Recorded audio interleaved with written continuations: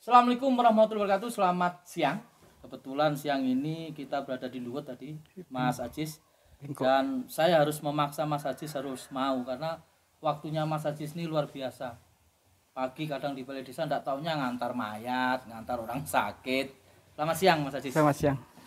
Pemirsa, Mas Ajis Santoso ini salah satu kepala desa yang mungkin beberapa tahun lalu menjadi sejarah. Kepala desa yang luar biasa. Waktu itu menjadi nomor 1 apa itu dulu? Waktu menjadi dengan pejabat itu. Yang terbaik atau apa waktu itu? Pernah juga mendapatkan penilaian terbaik juga untuk monitoring untuk penggunaan dana desa juga pernah. Oke, kita berada di rumah tidak layak huni.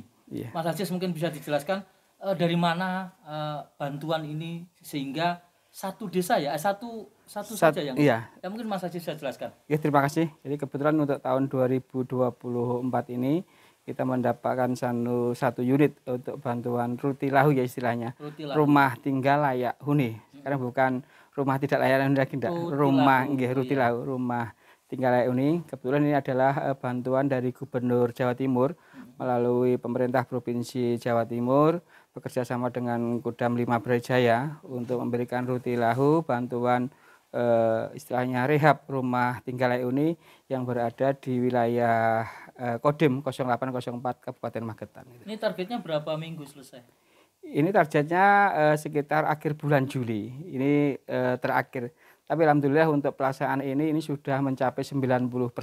Jadi tinggal finishing terakhir sama nanti pengecatan saja. Sebelum ini direhab, bagaimana kondisi? Memang parah ya? Dulu kita ajukan karena emang ini sudah lama mendapatkan bantuan. Dulu istilahnya ada RTLH, di samping itu juga istilahnya bantuan-bantuan dari lingkungan masyarakat sini. Jadi kemarin kita mendapatkan paket Rutilahu itu bukan berupa uang kita terima, tapi berupa material, yaitu untuk plafon, untuk teras, sama untuk lantai. Karena kemarin ada mau kita plafon, ternyata kondisi temboknya tuh sangat rendah sekali, jadi tidak memungkinkan untuk kita pasang plafon. Akhirnya kita berusaha untuk menaikkan temboknya dulu, biar layak untuk diplafon. Nah, ternyata begitu kita bongkar, ternyata rusak atapnya semua. Sudah rusak semua. Oke, kita tahu bahwa ini barang dibantu. Iya. Untuk tukang-tukang kan juga membutuhkan biaya, ini dari mana? Alhamdulillah ini semuanya berasal dari lingkungan sini semua. Dengan sukarela bapak-bapak ini adalah istilahnya ikut kerja bakti lah, gitu membantu ya. Untuk berperan serta ya agar pembangunan Rutilahu ini segera selesai. Jadi beliau-beliau ini tanpa diupah, tapi alhamdulillah tiap hari meluangkan waktunya ya istilahnya membantu biar Rutilahu ini segera selesaikan. Mudah-mudahan kebaikan Bapak-bapak semua mendapatkan balasan dari Allah Subhanahu wa taala. Dan saya yakin dengan bantuan barang itu pasti adalah pembengkakan biaya. Ini tugas pemerintah desa lagi ya ini yang bekerja. Kalau pembengkakan biaya enggak. Jadi kebetulan kemarin waktu kita bongkar itu mulai atapnya ternyata sudah hendak layak digunakan. Jadi alhamdulillah kita mendapatkan bantuan dari mulai kuda-kuda, kayu reng, kayu usuknya. Alhamdulillah untuk genteng itu masih layak digunakan. Jadi ini untuk atap itu istilahnya rombak total. Semuanya adalah peran serta dari seluruh warga masyarakat Desa Pingkuk. Banyak yang menitipkan infak di sini untuk perbaikan rumah ini.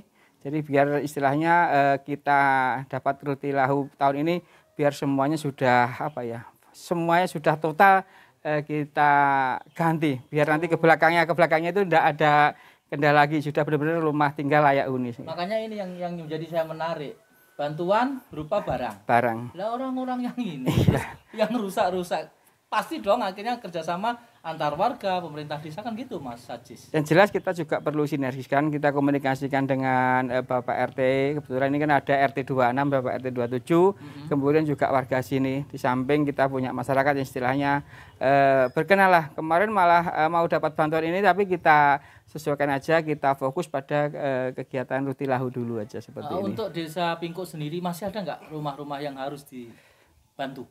Kalau ada masih beberapa 1-2 itu memang masih layak dibantu, tapi saat ini kondisinya ya sebenarnya masih layak. Tapi ya nanti ke depan juga menjadi tugas kita bersama mengkomunikasikan, mudah-mudahan kita ajukan untuk istilahnya program bantuan Rutilahu seperti ini. Yang jelas kerjasama masyarakat juga. Luar biasa. Ya seperti itu yang harus kita jalin karena kita paham sendiri bantuannya hanya berupa material. Kalau tidak kita kerjakan kan juga tidak bisa terpasang semua. Ya. Mas Ajis, terlepas Rutilahu atau kegiatan Mas Ajis selama ini, tapi beberapa tahun terakhir ini saya membidik Mas Ajis.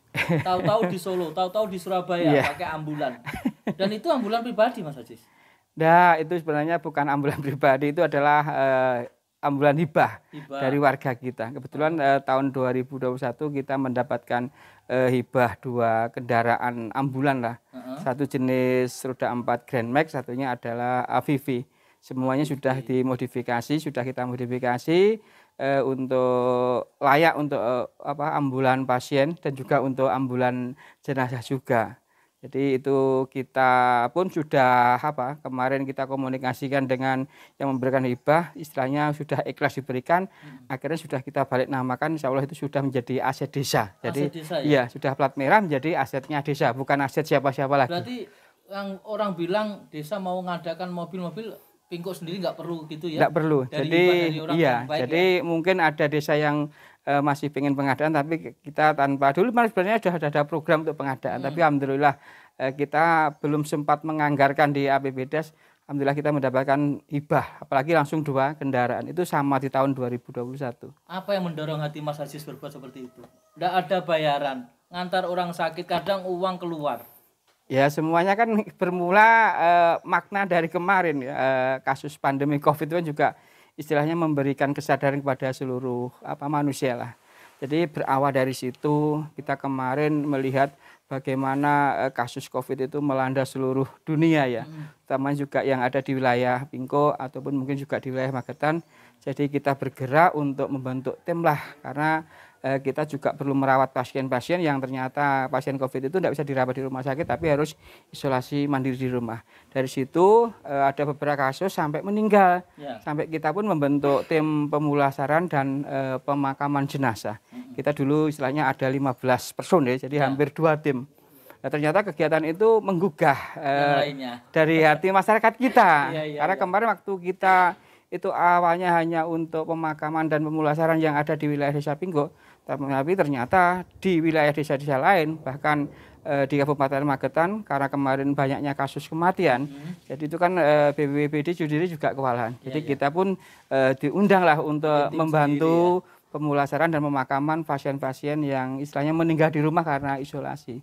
Dari situ mungkin karena melihat sepak terjang kita, akhirnya adalah warga dari kita itu peduli dengan kegiatan kita, akhirnya memberikan hibah bantuan ambulan. Karena pandeminya sudah alhamdulillah selesai, itu kan tetap bisa memberikan manfaat, juga nanti yang memberikan hibah itu juga bisa mengalir pahalanya. Maka sekarang kita gunakan untuk istilahnya antar jemput pasien, untuk membantu warga-warga yang mungkin membutuhkan istilahnya fasilitas ambulan untuk ke rumah sakit seperti itu. Dan itu tidak hanya wilayah Pingko saja loh. Tidak. Kalau saya melihat. Iya. Jenengan kesana kemari itu pagi-pagi sudah di rumah sakit. Betul. Jadi pagi-pagi sudah dorong mungkin mayat atau apa itu. Ya ini yang menjadi kenapa saya harus bertanya? Sudah di lurah, juragan tebu. Dia tahu juragan tebu kan ini. Ijik dolanannya kayak mono. Ini yang mungkin bagi kepala desa yang lain jadi contoh. Mungkin Mas Ajis, sampai kapan Mas Ajis berbuat seperti itu? Ya kan katanya sebaik-baiknya manusia itu kan yang bisa memberikan manfaat untuk orang lain. Selama kita masih mampu untuk membantu orang lain, tetap kita siap sedia. Ya memang betul sih karena pelayanan kita itu kan istilahnya bahasanya kita seperti relawan 24 jam. Jadi ya tidak terikat dengan waktu. Betul. Pagi mungkin ada panggilan ya kita berangkat, tengah malam pun saat kita mungkin sudah tidur ya kita ya berangkat. Karena memang ya kebutuhan ambulan itu memang urgent, tidak bisa ditunda-tunda seperti itu. Jadi saya sempat telepon Pak Ajis, nanti aku di rumah sakit minggu. Mas Ajis, nanti aku ngeteni pasien. Pokoknya kalau nggak saya tembak hari ini mungkin susah untuk mencari Mas Ajis. Mas Ajis, harapan ke depan untuk Desa Pingko sendiri Mas Ajis? Ya mudah-mudahan lah dengan seperti ini kan juga kita untuk membangkitkanlah swadaya dari masyarakat. Jadi masih banyak tugas-tugas yang perlu kita komunikasikan bersama, perlu sinergitas antara pemerintahan, mungkin dengan lembaga desa juga seluruh masyarakat untuk pembangunan Desa Pingko. Pembangunan tidak hanya fisik saja, mungkin juga pembangunan masalah mental sosialnya, juga ekonominya, juga penting untuk sisi kemanusiaan lah. Utamanya kita membantu masyarakat di Desa Pinggo ini yang istilahnya apa ya, mungkin masih membutuhkan fasilitas kesehatan. Karena yang jelas kita pun dengan adanya ambulan itu bukan hanya mengantarkan dok. Iya. Jadi kita perlu pendampingan juga. Betul. Yang kedua kadang kita membantu untuk memudahkan. Karena biasanya kalau ada jadwal pasien kontrol itu sudah kita daftarkan. Jadi kita membantu memberikan kemudahan ke masyarakat untuk istilahnya mendapatkan pengobatan di rumah sakit. Dan itu tidak hanya di Magetan, di Solo, di mana iya, jelas karena yang bisa menangani pasien itu. Ya, karena kan memang pasien itu rujukannya sendiri-sendiri. Kadang selama bisa ditangani di rumah sakit Magetan, ya kita ke Magetan. Mungkin perlu istilahnya rujukan ke rumah sakit yang lebih bagus, ya mungkin harus kita ke luar kota lah. Ya ke Surabaya, ke Jogja. Kalau ke Solo itu sudah hari-hari sering. Dan yang jelas yang Mas Ajis bantu dengan teman-teman itu rata-rata di bawah kemiskinan ya. Ya seperti itulah. Rata-rata orang biasanya kalau yang sudah mampu atau istilahnya kaya itu sudah punya akses untuk mendapatkan pelayanan sendiri lah. Makanya kita selain membantu siapapun, utamanya memang yang kita bantu adalah keluarga-keluarga yang kurang mampu lah. Tidak hanya di Pinggo pun di luar daerah ternyata kan seperti itu. Jadi dengan ini pun saya juga menjadi bahan saya. Ternyata di tempat kita di Magetan pun masih banyaklah orang-orang yang mungkin masih memerlukan pelayanan seperti itu, akses kesehatannya. Karena jadi kalau mungkin hanya melihat luarnya saja ya mungkin orang ya sudah yakinlah suatu daerah itu sudah maju, tapi begitu kita masuk door to door sampai ke pelosok desa-desa itu ternyata masih banyak yang perlu membutuhkan layanan kesehatan, utamanya dari kita ambulan. Tambahan 2 tahun BPD dan Kepala Desa. Apa harapan ke depan 2 tahun ini? Katanya tadi bilang kalau dibikin lama ya lama, kalau bikin sebentar. Lama nek bermasalah, nek sebentar kalau pembangunannya. Ya, kalau saya sendiri memaknai yaitu karena sudah merupakan suatu keputusan suatu undang-undang, kan harus saya terima. Sebenarnya itu juga suatu amanah yang berat. Karena dengan ada tambahan itu pun itu semakin istilahnya memberikan kepada kita bagaimana kita bisa memaksimalkan semua program-program itu bisa berkesinambungan. Satu sisi lainnya juga amanah berat karena ini sudah kepercayaan masyarakat kepada kita. Jangan sampai nanti dengan adanya tambahan ini malah menjadi menyalahgunakan lah, karena benar-benar suatu amanah dari masyarakat yang harus kita laksanakan dengan sebaik-baiknya. Yang jelas sinergi antara lembaga, antara masyarakat dan lingkungan itu harus wajib ya. Harus wajib Mas Ajis lakukan ini. Ya, karena ini yang kita tumbuhkan. Karena suatu saat kan kita mengetahui bahwa dengan adanya dana desa ini kan jangan sampai kita dinabubukkan oleh dana ini, tapi kita tetap menumbuhkan sikap gotong royong di masyarakat, menumbuhkan sikap swadaya masyarakat.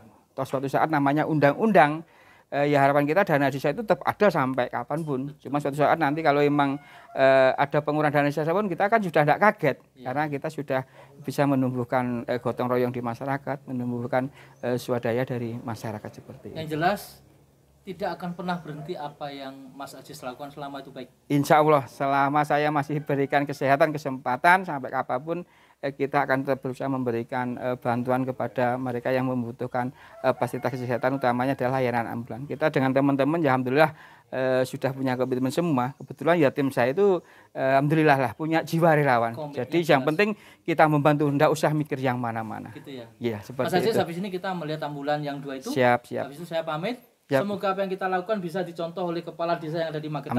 Amin. Tidak ada hal yang mustahil kalau kita akan berusaha baik. Amin. Dan semua untuk masyarakat Kabupaten Magetan, terutama di Desa Pinggo. Siap. Saya akhiri. Wassalamualaikum warahmatullahi wabarakatuh. Waalaikumsalam. Teman-teman relawan 20 Jab harus tetap semangat.